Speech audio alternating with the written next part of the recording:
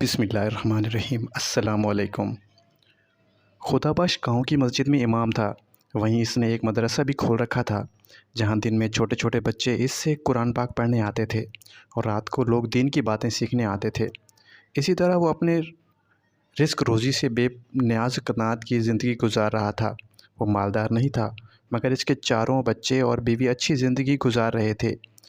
اس کی زندگی میں روزانہ کچھ ایسی تلخ گھڑیاں بھی آتی تھیں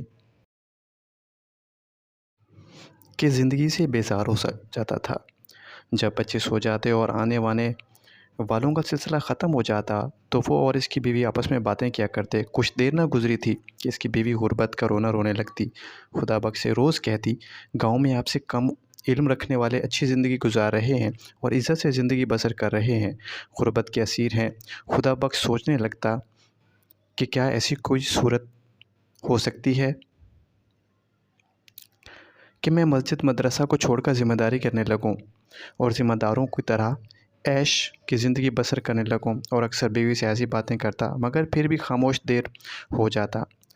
وہ اکثر اس سے کہتا کہ اللہ تعالیٰ نے اچھی خاصی آمدنی دی ہوئی ہے، میرا پیشہ شریفانہ ہے اور اپنے علم کی وجہ سے گاؤں میں بہت بڑی عزت ہے۔ اللہ تعالیٰ نے ہمیں سب کچھ تو دے رکھا ہے، کس چیز کی کمی ہے؟ اس کے باوجود اس کی بیوی کہ رات دن کے تانوں نے اسے زندگی سے کچھ مایوس کر دیا تھا۔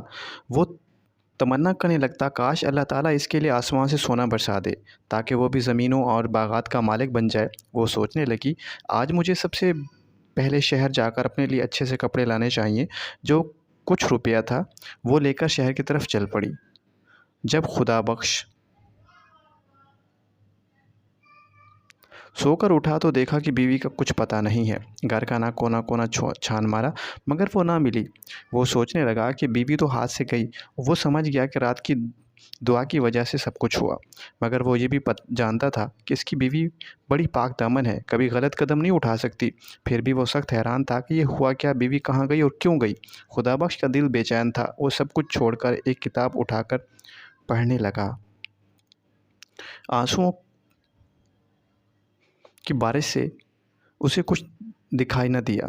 اگر وہ دعا نہ کرتا تو یہ دعا عام عورتوں کی طرح ہوتی اور اس سے کوئی بھی نہ جانتا کہ کیا آپ متقی پرہیزگاروں، نوجوانوں، نوابوں سے بہتر نہیں ہوتا۔ اس کی سوچوں کو توڑ کر بولی، او بدصورت بڈھے، میرے حسن و جمال کو تیری خدمت گزاری کھا گئی ہے۔ روٹیاں پکاتے پکاتے میری ساری خوبصورتی ختم ہو گئی ہے۔ ہائے میں مر جاؤں، میرے ماں باپ نے کس بد نصیب کے ہاتھ میں میرا ہاتھ دے دیا تھا۔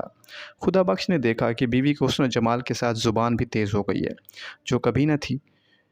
میں جب اپنے ماں سے باپ کے گھر سے آئی تھی تو کتنی حسین تھی۔ یہ ساری زندگی میں برکت نہیں مانگتی رہوں گی، اسے بھی تو شرم نہیں آتی ایسی حسین عورت سے یہ بات کہتے ہوئے؟ کیا ایسے حسین ہاتھ برتن مانجنے کے لیے ہیں؟ نہ بابا نہ آپ تو کام سے کچھ نہیں ہوتے، کبھی تو سوچ سمجھ کر بات کر لیا کرو۔